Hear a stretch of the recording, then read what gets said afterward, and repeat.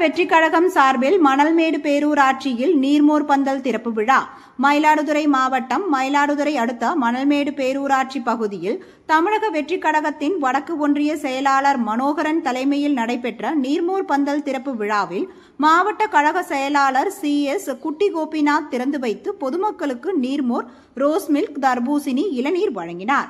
மேலும் அவ்வழியாக செல்லும் பேருந்துகளில் பயணம் செய்யும் பயணிகளுக்கும் தாவைக்கா நிர்வாகிகள் தர்பூசணி, நீர்மோர், ரோஸ் மில்க் உள்ளிட்ட குளிர்பானங்களை வழங்கி கோடை வெப்பத்திலிருந்து தங்களை காத்துக்கொள்ள வேண்டும் என கேட்டுக்கொண்டார்.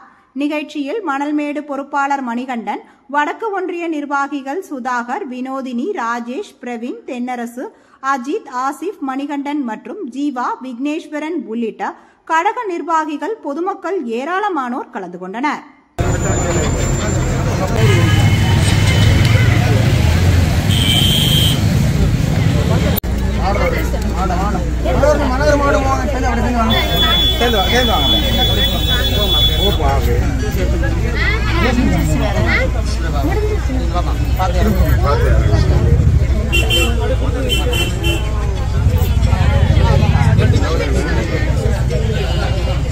மனோகர் அரை உதிதான் அவ்வளோ சூப்பர் சூப்பர் அப்படின்னு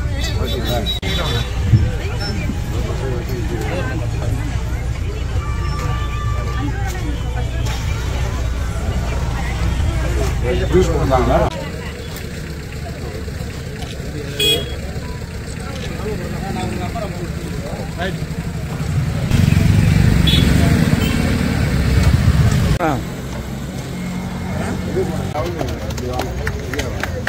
எங்க வேணும்